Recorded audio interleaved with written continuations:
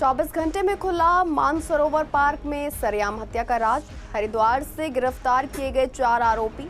लूट की कोशिश में युवक की हुई थी हत्या।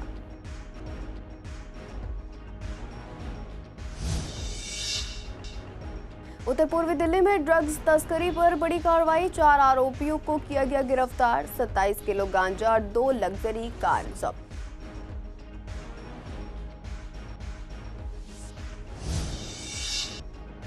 बहन से मोहब्बत की सजा मौत। शाहरुख और साहिल ने मिलकर हिमांशु को चाकू से गोदा।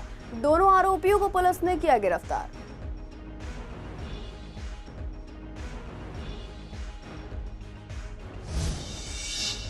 कूड़ा उठाने के एवज में यूजर चार्ज लेने पर जनता नाराज। लोग बोले यूजर चार्ज से दोहरी मार झेलेगी जनता। चेयरमैन संदीप कपूर ने भी इस मुद्दे पर आप सरकार को घेरा।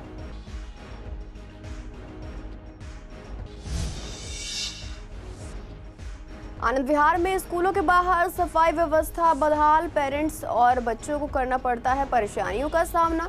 सफाई के नाम पर निगम कर्मचारी करते हैं खानापूर्ति।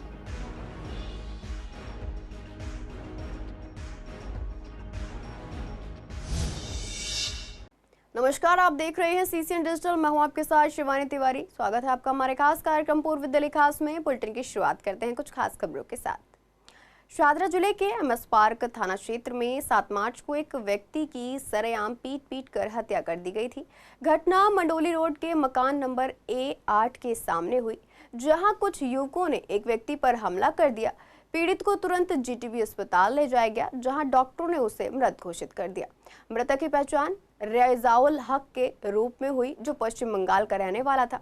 घटना की गंभीरता को देखते हुए शाहदरा जिला पुलिस की स्पेशल टीम को जांच सौंपी गई। सीसीटीवी फुटेज और तकनीकी निगरानी के जरिए आरोपियों का पता लगाया गया। जांच में सामने आया कि 4 युवक नितिन, सोनू, अर्जुन और शांतनु ने लूट के संदेह में पीड़ित को पकड़कर पहले दुकान में पीटा और फिर सरेआम मंडोली रोड पर उसकी बेरहमी से पिटाई की। घटना के बाद सभी आरोपी फरार हो गए थे। पुलिस ने मेरठ और बागपत होते हुए हरिद्वार तक उनका पीछा किया और वहां से 4 आरोपियों को गिरफ्तार कर लिया। उनकी निशानदेही पर घटना में इस्तेमाल ऑटो और मृतक का मोबाइल फोन भी बरामद कर लिया गया है। शाहदरा जिला डीसीपी प्रशांत गौतम ने बताया कि सभी आरोपियों से पूछताछ की जा रही है। उत्तर पूर्वी दिल्ली के नारकोटिक्स स्क्वाड की टीम ने नन्नगरी इलाके से 4 ड्रग सप्लायर को गिरफ्तार किया है। गिरफ्तार आरोपी के पास से 27 किलो 100 ग्राम गांजा बरामद हुआ है, जिसकी कीमत 13,50,000 रुपए है। आरोपियों के पास से तस्करी में इस्तेमाल 2 लग्जरी कार भी बरामद हुई हैं। उत्तर पूर्वी दिल्ली के डीसीपी आशीष मिश्रा ने बताया कि गिरफ्तार आरोपी की पहचान वसीम, अभिषेक, महेश चंद्र और ओमपाल सिंह के तौर पर हुई है।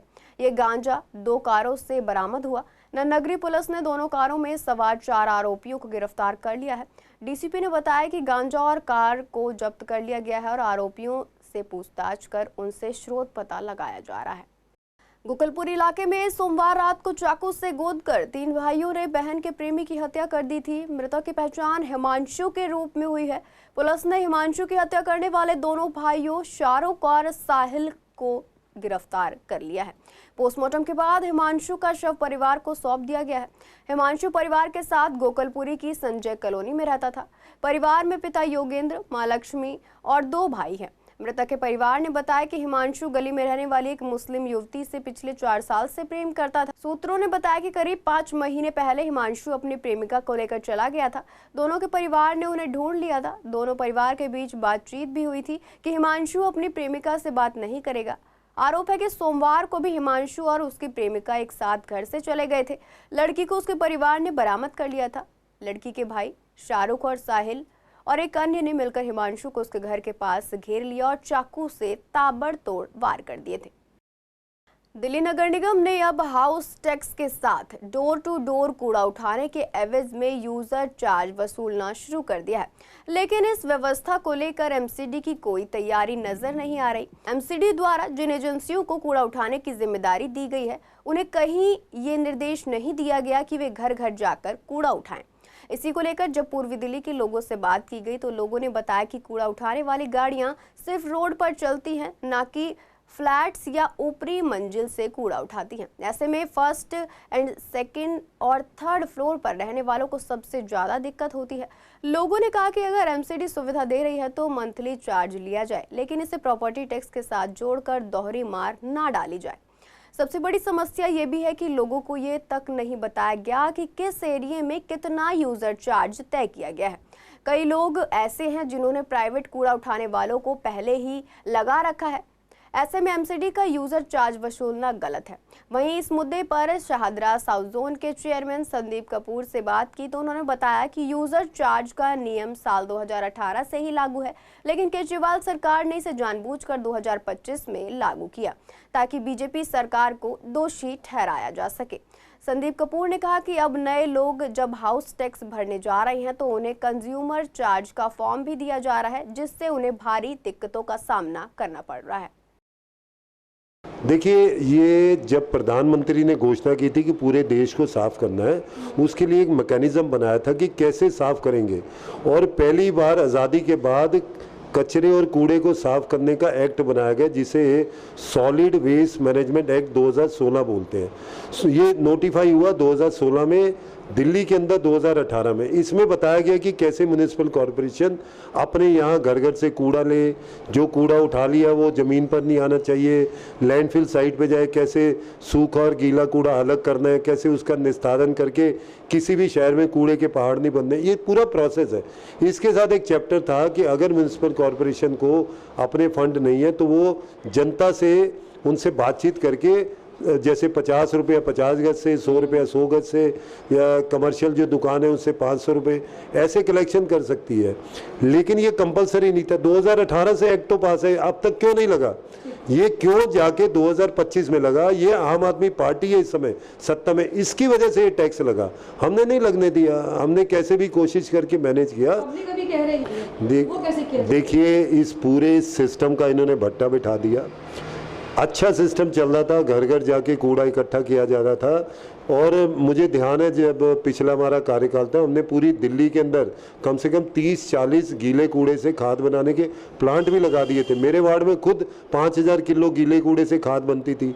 लेकिन इनके आने के बाद सारे काम ठप हो गए। स्टैंडिंग कमेटी बनाई नहीं, एडॉक कमेटियाँ बनाई नहीं, और सिर्फ भ्रष्टाचार करने और पैसा कमाने में लग गए। इसलिए जनता को दिक्कत आ रही है। लेकिन अब इनके दिन खत्म हो रहे हैं। आने वाले समय में भारतीय जनता पार्टी का मेयर बनेगा और इन सारी समस्याओं से हम जनता को निजात दिलवाएंगे। स्कूल चाहे सरकारी हो या गैर सरकारी, बच्चों के लिए सुविधा होना जरूरी है।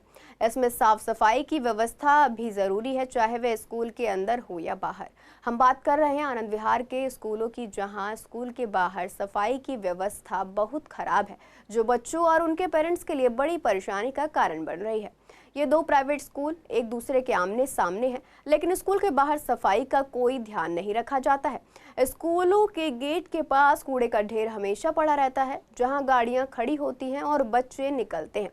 इस गंदगी की वजह से न केवल बच्चों बल्कि पेरेंट्स को भी समस्याओं का सामना करना पड़ता है।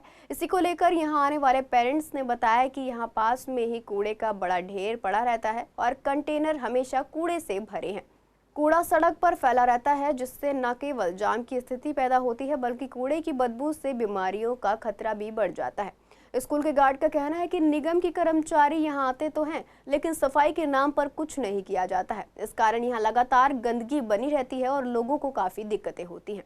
नहीं, साफ सफाई होती नहीं है। बहुत कितना बार बोल बोल के थक गए, लेकिन कूड़ा नहीं उठाते हैं। झाड़ू मारेंगे, बाकी जो है स्कूल है, दोनों से स्कूल है, विवेकानंद स्कूल है, विवेका पब्लिक स्कूल है। तो लगता है कि बच्चे इतने ज्यादा आते, बीमारियां बढ़ सकती हैं बच्चों को? बिल्कुल बढ़ सकती है, मच्छर बहुत सारे होते हैं। मैम प्रॉब्लम होती है, पूरे रोड पे कोई भी ना झाड़ू मारते हैं ना कूड़ा उठाते हैं एमसीडी वाले। ये 2-2 महीने का पड़ा रहता कूड़ा। नहीं, कोई नहीं उठाता। हाँ जी, इस 2 स्कूल पास में है, कोई कूड़ा नहीं उठाता यहाँ पे। स्कूल के हिसाब से यहाँ पे खत्ता बनाया गया है, कूड़ा घर है बहुत बड़ा, जो कि जिसकी वजह से बहुत ज़्यादा प्रॉब्लम होती है।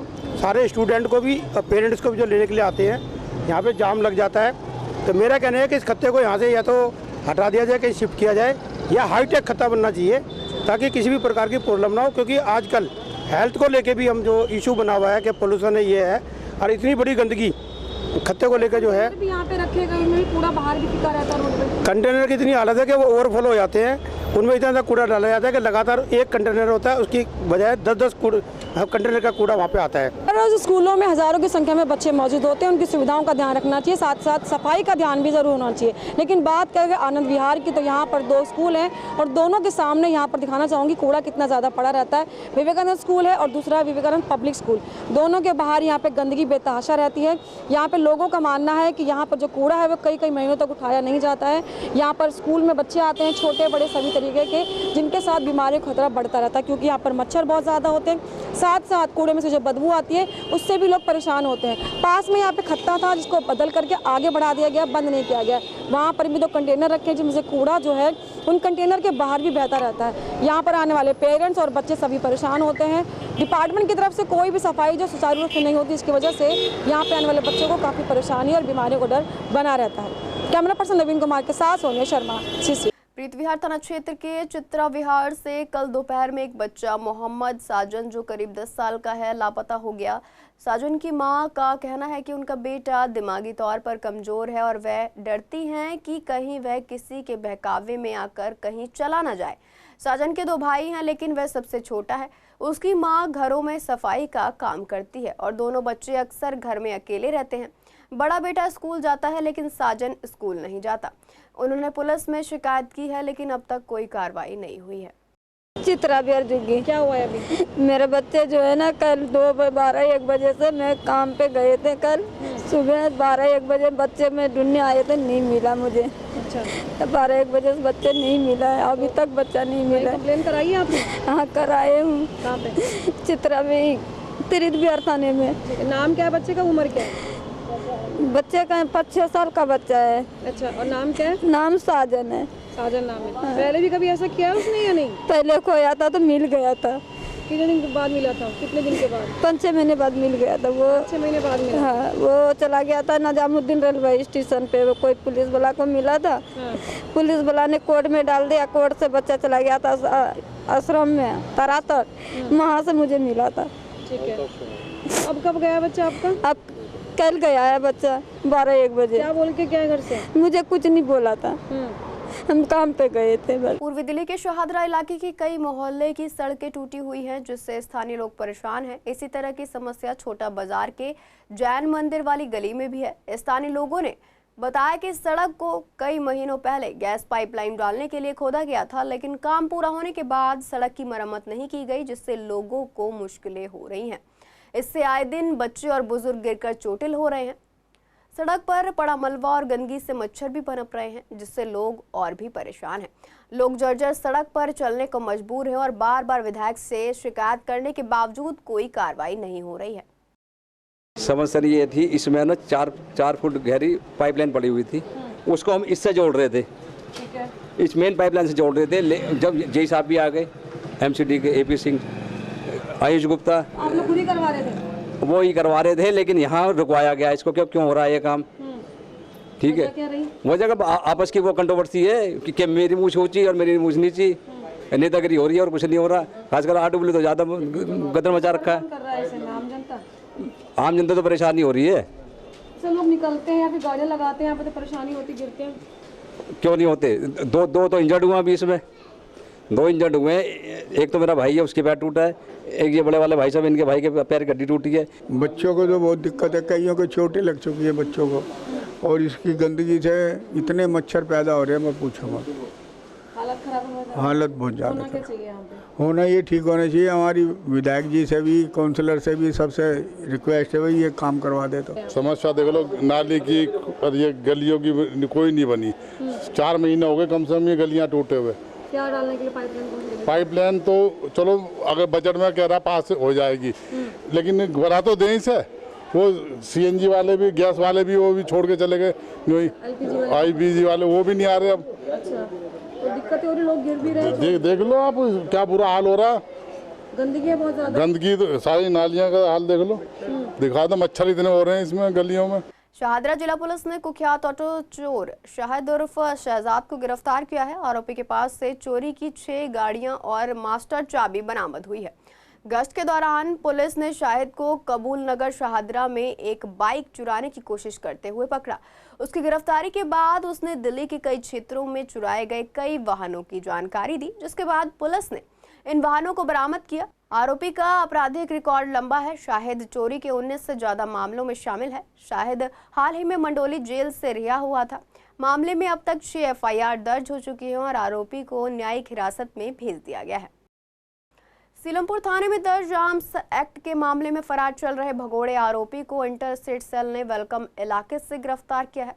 गिरफ्तार आरोपी की पहचान वेलकम निवासी 30 साल के छोटू उर्फ हकला के तौर पर हुई है। आरोपी के खिलाफ 13 आपराधिक मामले दर्ज हैं। वह वेलकम थाने का हिस्ट्री शीटर बदमाश है। क्राइम ब्रांच के DCP आदित्य गौतम ने बताया कि इंटर स्टेट सेल ने आरोपी उस्मान उर्फ छोटू उर्फ हकला को गुप्त सूचना के आधार पर वेलकम इलाके से गिरफ्तार किया है।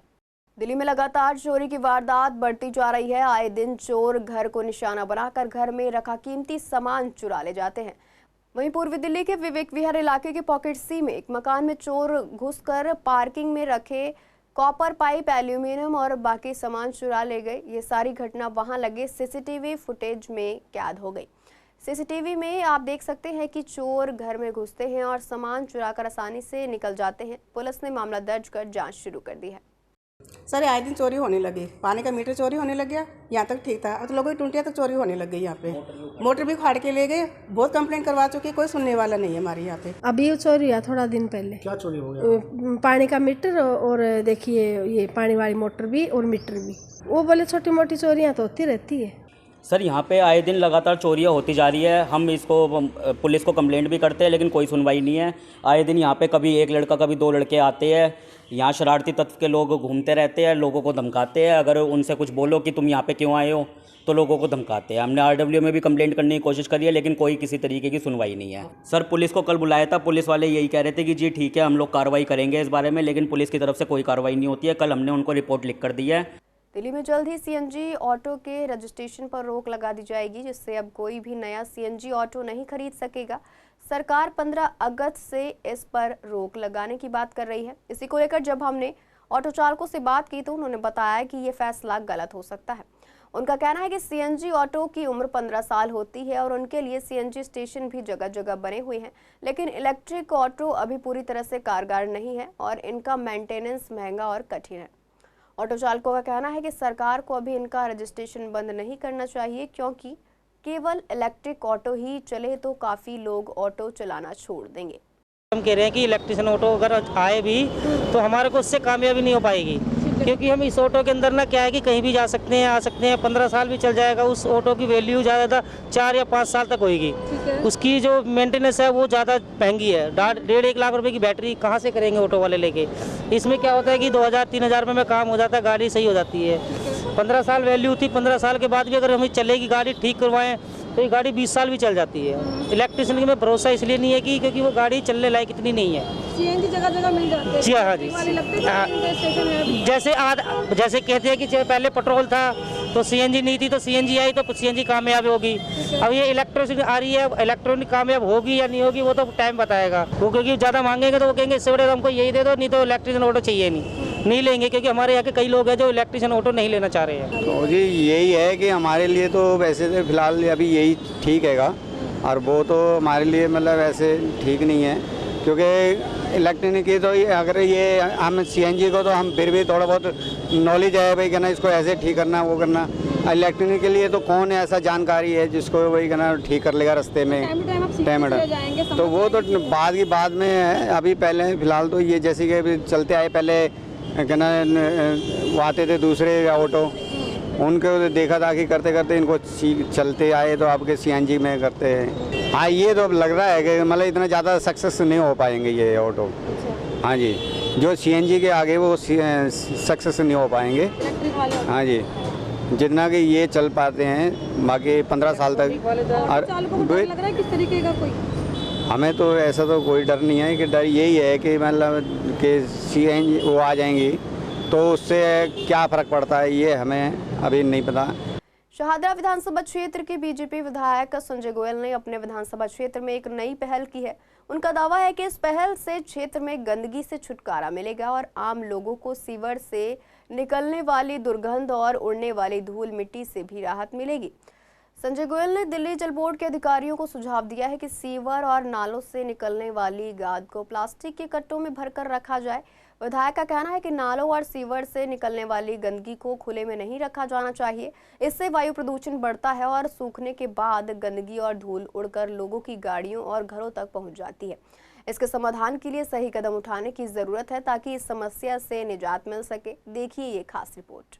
जो ये सीवर लाइन्स हैं, इनकी जो सिल्ट निकलती है, यहाँ छोटी छोटी गलियाँ हैं और छोटी छोटी गलियों में सिल्ट निकल के रह जाती थी। तो होता क्या था कि स्कूटी के माध्यम से पैदल चलने वालों को बड़ी परेशानी होती थी और साथ में वो जितनी भी सिल्ट होती थी वो चिपक कर आगे तक पहुंच जाती थी और वो सूखने के इंतज़ार तक उठती नहीं थी। दिल्ली जल बोर्ड उठाता नहीं था।